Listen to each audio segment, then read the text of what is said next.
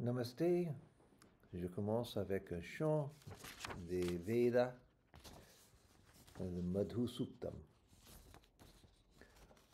Om Madhu Vataritayate Madhuksharanti Sindhavaha Madhvirnassantho Shadhihi Madhunaktamuto Shasi Madhumatparthivagum Rajaha Madhu Dyaurastu Pita Madhumanno Vanaspatir Madhumagum Astu Suryaha Madhvirgavo Bhavandunaha Om Madhu Om Madhu Om Madhu. Om, pour nous qui cherchons la vérité, que les vents soufflent doucement, que les rivières coulent doucement, que les herbes nous apportent de la douceur. Douce soit la nuit et le point du jour. Douce soit la poussière même de la terre. Que le ciel, notre Père, nous accorde la douceur. Que les arbres, seigneurs de la forêt, nous portent la douceur. Que le soleil répande sur nous sa douceur. Que toutes les directions déversent de la douceur. Ô douceur, douceur, douceur. Aujourd'hui, je parle de l'essence de la vision védique. Je commence avec le sujet. L'introduction au sujet n'est pas nécessaire. L'essence de la vision védique. Il y a quelques éléments, quelques éléments essentiels de cette vision védique. Le premier, on peut dire, est que tout est sacré. Tout est sacré. Maintenant, dans le monde actuel, nous avons l'idée de le sacré et de la mondanité. Il y a le monde religieux et l'autre monde laïque. Mais dans la vision védique, il y a seulement tout est sacré. Donc il n'y a pas une différence entre le sacré et les autres choses de la vie. L'existence même est sacrée. C'est difficile d'expliquer un peu maintenant sans un peu de philosophie, mais l'idée était naturelle pour eux. Ce n'était pas un point de vue philosophique, c'est-à-dire ils n'ont pas, les rishis, les sages védiques n'ont pas arrivé à cette idée philosophiquement. C'était une perception que tout est sacré. Sacré veut dire il y avait une révérence pour toutes les choses. L'idée qu'il y a la conscience partout. L'univers répond à notre respect. Donc l'existence même est sacrée et la conscience même est sacrée. La conscience, c'est la lumière qui illumine toute notre expérience. Tout est illuminé par la lumière de conscience. Même le soleil est illuminé par la conscience. Sacré aussi contient un élément, l'idée de mystère. Pas mystère dans le sens que contre la raison. Pas un mystère dans ce sens-ci, ou quelque chose dans les ombres, quelque chose comme ça. Mais mystère veut dire un sens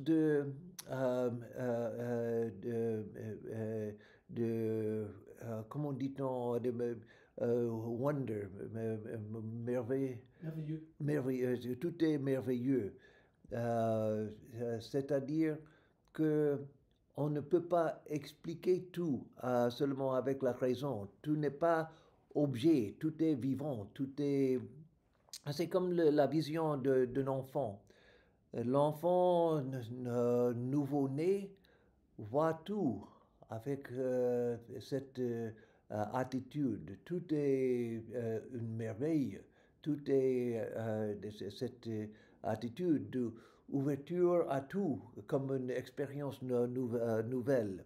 Donc les sages des Védas avaient cette attitude partout.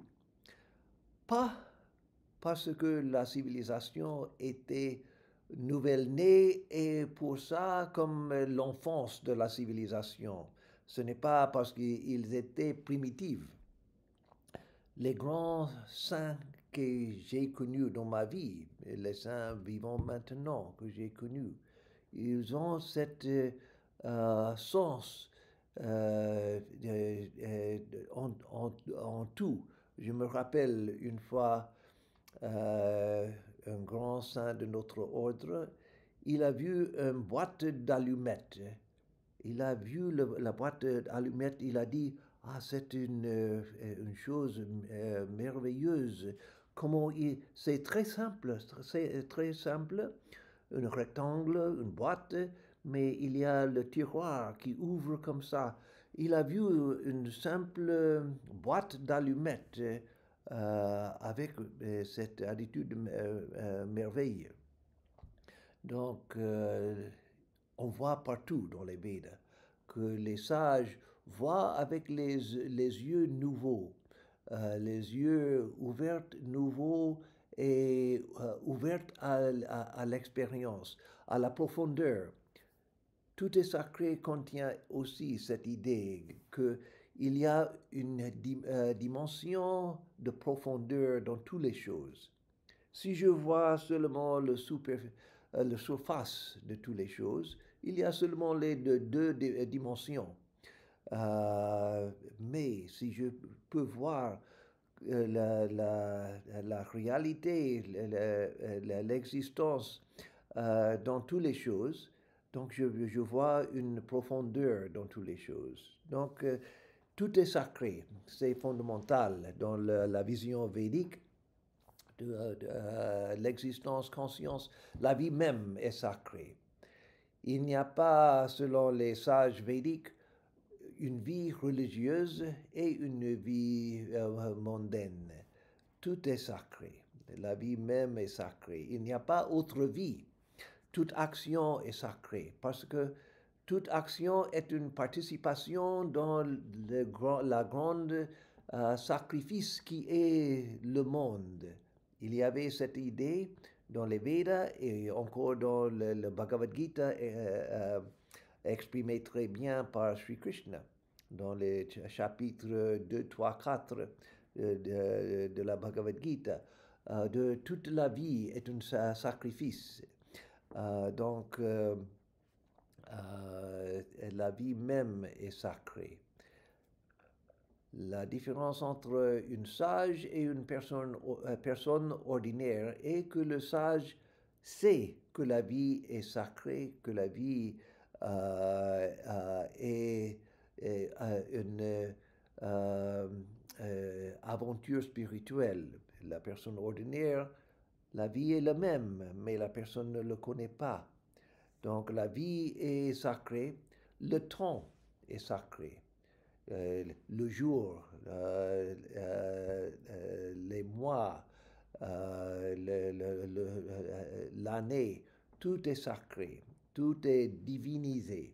Mais pas divinisé, parce que divinisé veut dire que il y a l'année, le jour, le mois qui sont là, ordinaires, et ils ont changé la perception de l'année, du mois, du jour. Mais pas comme ça. Ils ont vu la nature sacrée du temps. Donc le temps est sacré. L'espace est sacré. L'espace, ce n'est pas seulement une conteneur des choses du monde. C'est l'espace même est sacré. Donc le temps, l'espace, l'énergie est sacrée. L'énergie et toutes les manifestations, les forces naturelles sont sacrées. C'est l'idée qu'il y a les déités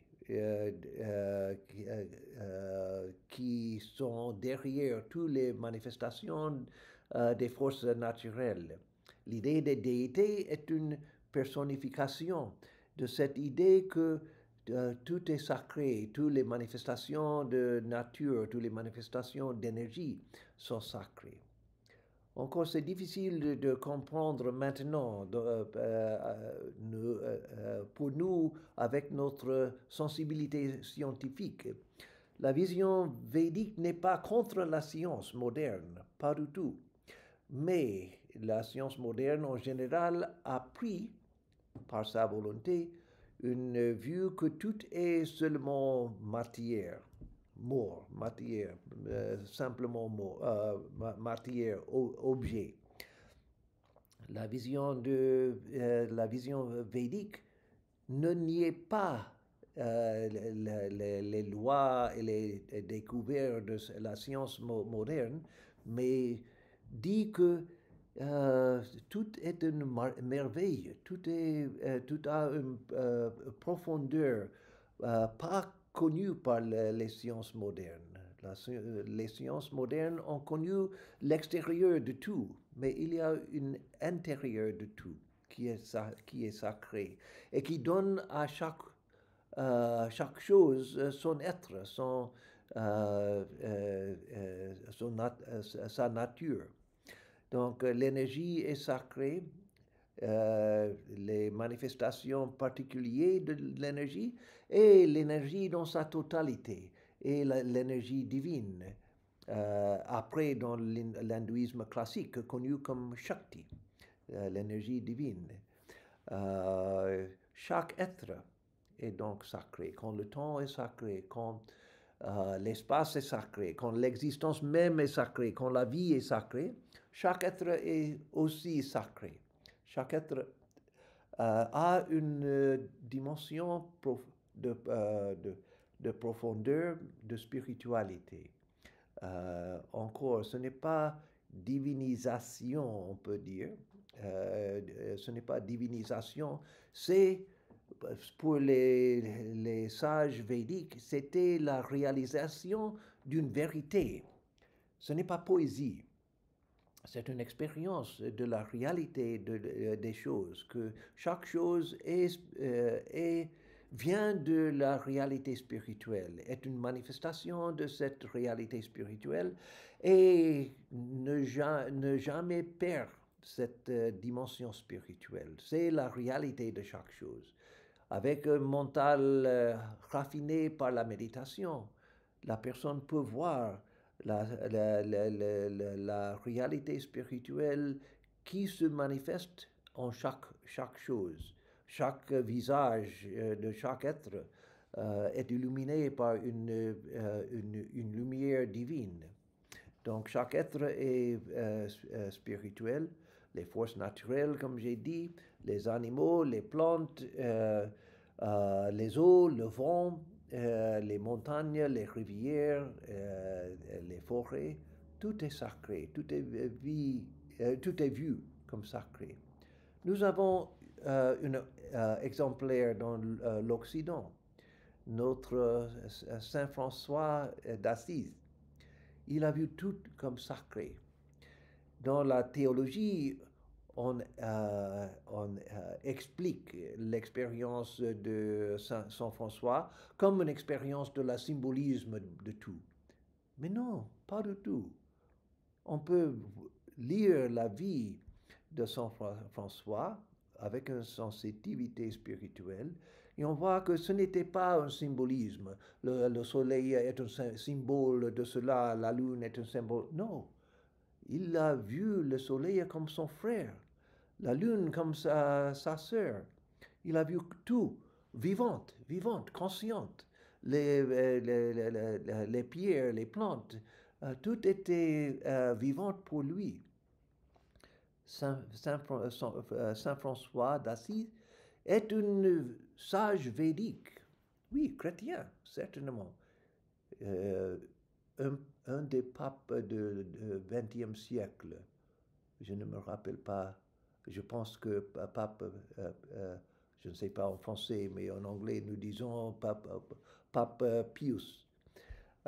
Il a dit que Saint François était l'incarnation de Jésus même. Là, il ne voulait pas dire, certainement, parce qu'il était le pape de l'Église catholique, il ne voulait pas dire dans le sens d'un avatar en hindouisme. Il ne parlait pas de Saint François comme une incarnation comme Jésus. Mais il voulait dire que dans la vie de Saint François, on peut voir la vie, la réalité de Jésus, parce que la vie de Saint François était un modèle de la vie de Jésus. Donc, pour nous, les hindous, ces distinctions ne sont pas nécessaires. Il était comme une incarnation de Jésus, sans qualification. Et il a vu toute comme vivante, toute comme consciente, toute comme un univers où tout peut répondre. Que veut dire personnalité? Personnalité veut dire conscience qui peut répondre. La table, dans mon expérience maintenant, la table ne peut me répondre. Je peux parler à la table et la table est silencieuse. Il est silencieuse. Il ne dit rien. Et comme je vois, il n'écoute rien. Elle n'écoute rien. Mais pour Saint François, l'univers entier était un univers qui répondait à lui, un univers de conscience. Donc c'est la vision védique. Nous avons dans notre tradition ici, dans l'Occident, un exemplaire de cette vision védique où tout est sacré, tout est sacré. Il était très, très respectueux à Saint François, respectueux à des eaux. Pourquoi? Les théologiens disent que c'est parce que l'eau est symbole de baptisme, etc. Non, non, non, non, non. C'est ridicule. Il n'était pas respectueux d'un symbole. Oh, je respecte l'eau parce que l'eau me rappelle le baptisme. Non, c'est un respect direct. On peut le voir, on peut le voir. Cet respect pour tout, la capacité de voir la profondeur spirituelle en chaque chose. Quand il était très malade, près de la fin de sa vie, il avait eu un traitement très dur de cette époque où on prend un morceau de métal chauffé dans un feu jusqu'à le faire rouge et appliqué au corps.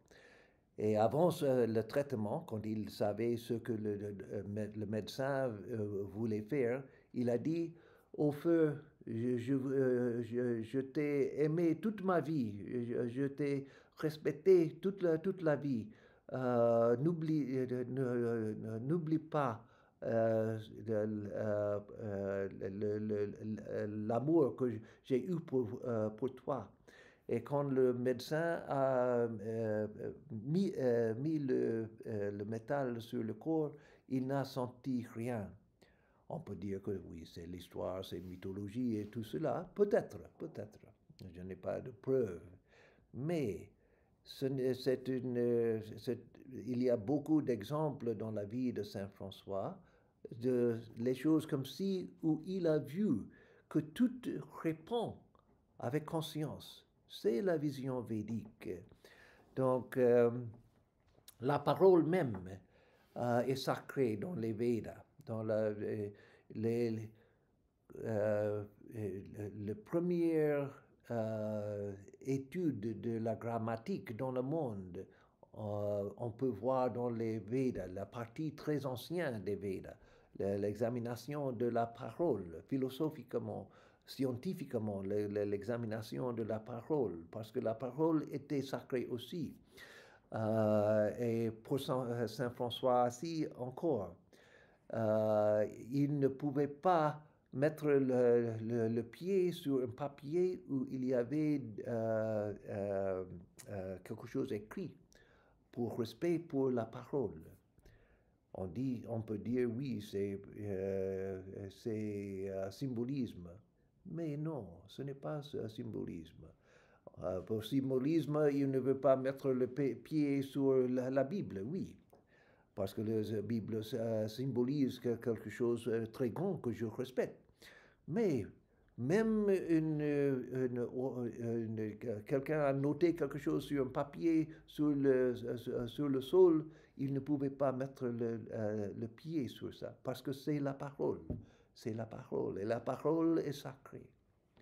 Donc, le premier point est que tout est sacré, comme j'ai expliqué un peu.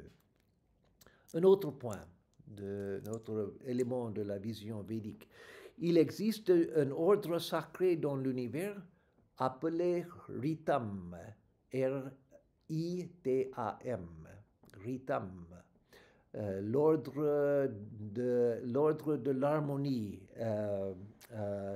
Plus tard, on l'appelait Dharma.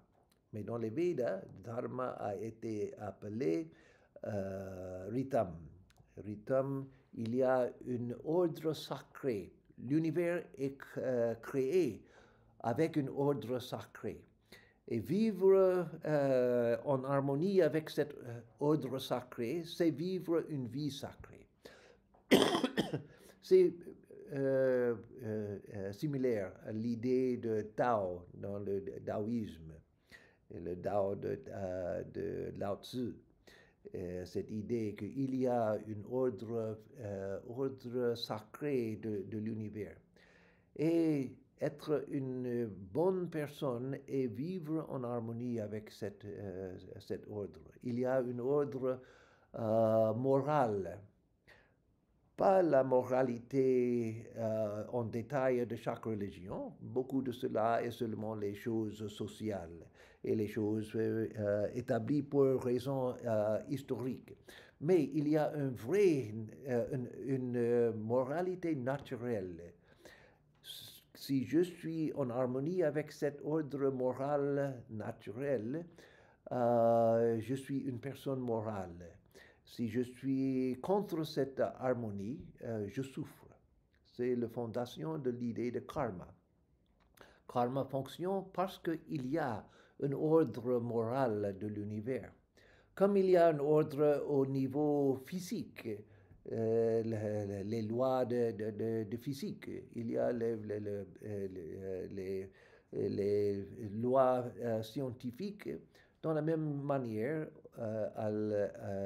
au niveau mental et au niveau moral, il y a un ordre. Donc c'est Ritam et après connu comme Dharma. Donc c'est très important dans le Veda. Il y a l'idée, deux idées, un lien entre deux idées dans le Veda. Satyam Ritam. Satyam Varishyami, Ritam Varishyami. Je vais parler le Ritam. Je vais parler ce qui est en harmonie avec l'univers. Et je vais parler Satyam, ce qui est vrai. La vérité est indépendante. La vérité est ce qui est. Donc cette idée de vérité est très importante dans les Védas. Le mot pour la vérité, Satyam, vient du mot Sat, qui est existence. Et Sat vient de la racine verbale As. As veut dire être. Et Das vient Sat, existence, ce qui est, et de Sat vient Satyam, la vérité. Donc, Satya est ce qui est, la vérité, la réalité. Donc le réel est le satyam. Et ritam est satyam en action. C'est satyam dans la vie quotidienne. Je vis une vie spirituelle quand je vis une vie de ritam, en harmonie avec le ritam. Donc, cet ordre sacré. Un autre principe, le but de la vie n'est pas le plaisir, mais la connaissance, ou mieux dit, la sagesse. Nous avons l'idée en général que le but de la vie est le plaisir. Mais si le plaisir est le but de l'existence, comment peut-on expliquer la présence de souffrance? Tout le monde souffre.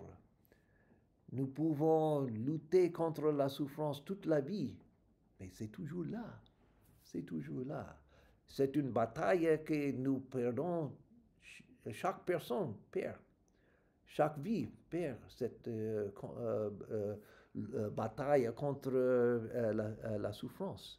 Non, la souffrance et le plaisir, les deux forment une partie de l'expérience. La vie est pour l'expérience, pas seulement pour l'expérience même. Quand nous sommes jeunes, on veut avoir l'expérience. L'expérience est une valeur en soi-même. Je veux expérimenter beaucoup de choses, même les choses mauvaises, je veux expérimenter. Mais non, pas expérience seulement pour expérience. Expérience pour connaissance. Connaissance vient de l'expérience. Et avec connaissance, connaissance est convertie à sagesse quand nous avons compris le contexte et l'objectif de la connaissance. Donc le but de la vie est connaissance ou sagesse. Si nous savons cela, toutes les idées que je vous présente aujourd'hui changent notre perception, changent la vie, changent l'orientation de notre vie. Si je pense et si je comprends que le but de la vie est connaissance ou sagesse, mieux dit, donc je peux accepter les plaisirs et aussi les souffrances, parce que les deux me donnent expérience, les deux me donnent connaissance et les deux me donnent sagesse. L'échec nous donne plus d'expérience et plus de sagesse que réussite. Quand tout va très bien dans la vie, tout est bien, je suis heureux, il n'y a pas de problème, je ne pense pas. Personne ne demande pas pourquoi je suis heureux. Pourquoi je suis heureux? Je ne comprends pas. Non. Mais pourquoi je suis triste? Pourquoi j'ai des problèmes? C'est le moment de questionner, de demander les réponses pour avoir connaissance. Donc, ce n'est pas que nous devons chercher la souffrance, non, la souffrance, ce n'est pas l'idée. Mais une personne qui a connu l'objectif de la vie et expérience pour connaissance et sagesse peut accepter les deux et apprendre des deux, parce que les deux nous parlent. L'univers entier nous parle. L'univers est un univers à un niveau plus bas, l'univers est un univers d'information. Mais information est seulement information. On peut stocker l'information dans les bibliothèques et dans dans le cloud maintenant. Mais l'information, l'objectif de l'information est connaissance, et connaissance devient sagesse encore. Donc pour la personne qui a éveillé un peu dans la vie spirituellement, commence à voir que l'univers est un univers de connaissances, pas seulement information. Oui, tout donne information, même le bruit. Il y a une personne avec une tronçonneuse qui coupe l'arbre dans la ville, et j'écoute. C'est information.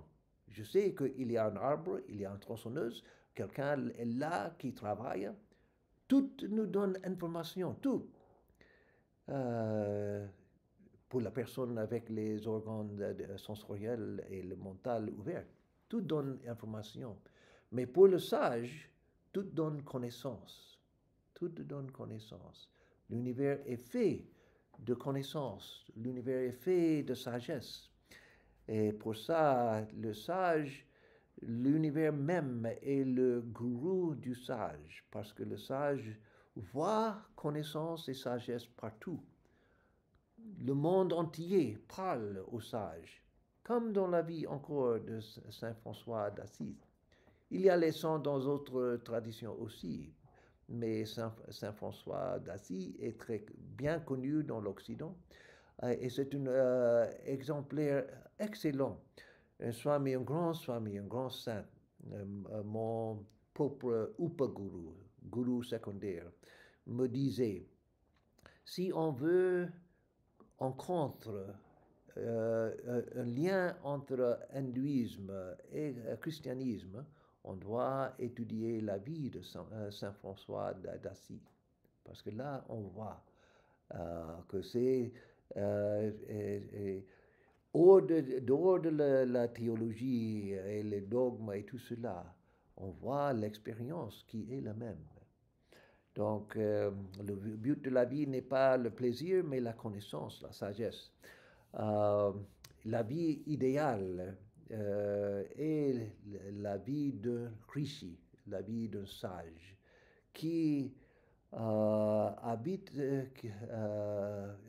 qui vivent une vie simple, avec le mental ouvert, le mental éveillé, en cherchant la dimension de profondeur dans la vie, c'est-à-dire la dimension de spiritualité qui est partout. C'est là. C'est une autre chose dans la vision védique, que la réalité n'est pas cachée. Nous avons ignoré la réalité et nous continuons à ignorer la réalité. L'expérience d'un sage qui est éveillé est ah, c'est la réalité. Pourquoi je n'ai pas vu avant? C'est là, toujours. C'était là. Devant moi, en tout. C'est la seule réalité qui brille toujours. Mais comment? C'était impossible pour moi de le voir. C'était là. Je vois maintenant ce qui a été toujours là. C'est exprimé comme ça dans les enseignants de Maître Eckhart aussi, un autre de nos grands sages occidentaux, les grands saints occidentaux, que la personne réalise ce qui toujours a été la vérité. Mais nous avons ignoré ce qui est ici même. Donc, la vie d'un rishi, d'un sage, est la vie idéale. Parce que le sage, il y avait les sages qui ont été les rois et les reines aussi, les sages femmes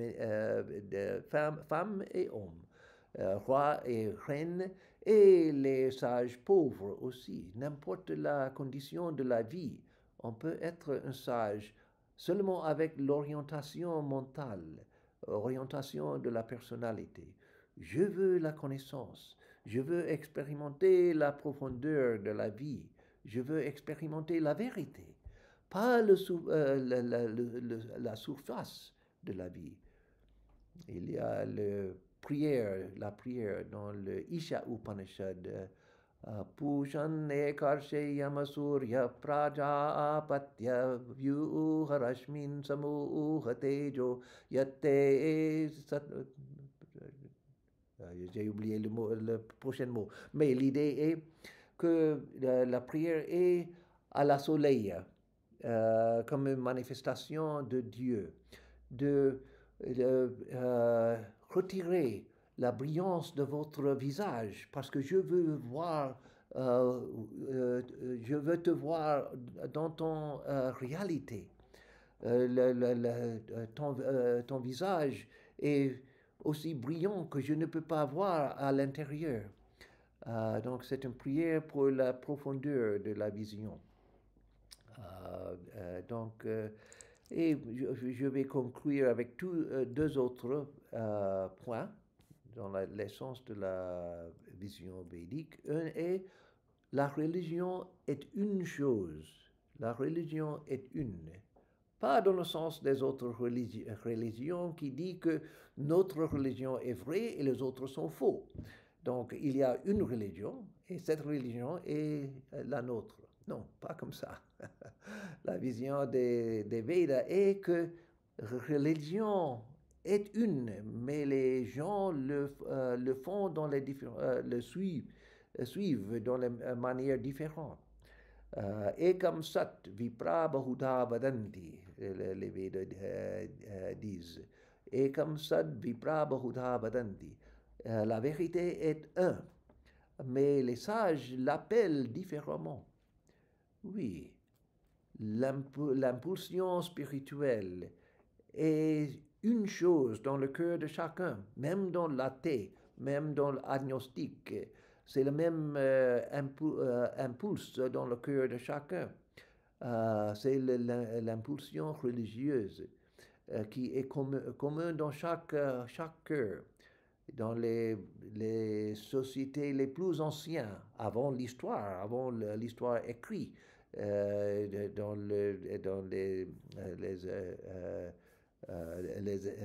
preuves dans la terre, on peut voir que toutes les sociétés du monde, même les plus anciens, ont été religieux. Pourquoi? Parce que cette impulsion est universelle, mais il s'exprime dans beaucoup de manières. Donc, religion est une. Ce n'est pas nécessaire de chercher une religion universelle. Pendant des siècles, pendant des mille années, les personnes ont cherché une religion universelle pour tout le monde. Ce n'est pas nécessaire de chercher. C'est là, c'est évident. C'est devant nous maintenant. C'est ce qui est nécessaire et accepter que cette tendance religieuse s'exprime dans beaucoup de manières différentes. Et c'est bien, c'est nécessaire.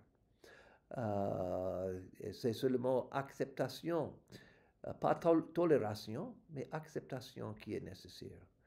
Et plus d'acceptation, nous pouvons aimer chaque manifestation de cette tendance religieuse. C'est ce qui est nécessaire et c'est la vision védique. La religion est une déjà. Et pour conclure, un autre point, l'idée de l'unique et l'universel dans les Védas. C'est central dans les Védas. L'idée que chaque chose dans cette manifestation est unique. Chaque chose est unique, différent de chaque autre chose. Il y a l'idée de j'ai dans le monde, il y a un double de moi. Même si je rencontre une personne très similaire à moi, ce n'est pas pareil, c'est impossible. Il y a les différences. Nous sommes étonnés parce qu'il y a beaucoup de similarités, mais seulement similarités, ce n'est pas la même chose. Donc chaque chose dans le monde, chaque graine de sable Chaque chose est différente de chaque autre chose. L'unique. Chaque chose est unique, différent. Mais chaque chose a un lien à l'universel. L'universel est la réalité spirituelle. Et chaque chose est une manifestation de cette réalité spirituelle. Donc chaque chose est unique dans manifestation et universelle dans sa profondeur. Chaque personne est le même Dieu. Chaque animal, chaque plante, chaque rocher est la même réalité. Donc il y a l'universel entre chaque chose. C'est la dimension spirituelle de chaque chose. Mais l'expression est unique. Et c'est la beauté de l'univers. Au niveau de manifestation, uniformité est la mort. C'est la diversité qui donne la vie. Comme Swami Vivekananda disait, c'est la diversité des pensées, les idées, les perceptions qui nous donnent la capacité de penser. Si tout le monde pense dans la même manière, le champ de pensée va arrêter. C'est la diversité qui donne la vie à ce niveau de manifestation. Mais c'est important également de voir l'universel, parce que si nous voyons seulement l'unique, tout est séparé. Tout est séparé. Et nous avons les doutes, les batailles, tout cela, les guerres. Mais si nous pouvons voir l'universel dans chaque chose unique, nous pouvons voir la profondeur, la spiritualité entre chaque chose. Donc, avec cela, je termine et je termine avec un Om Shanti Shanti Shanti. Om Shanti Shanti Shanti Harihi Om Tat Sat Om Pe Pe Pe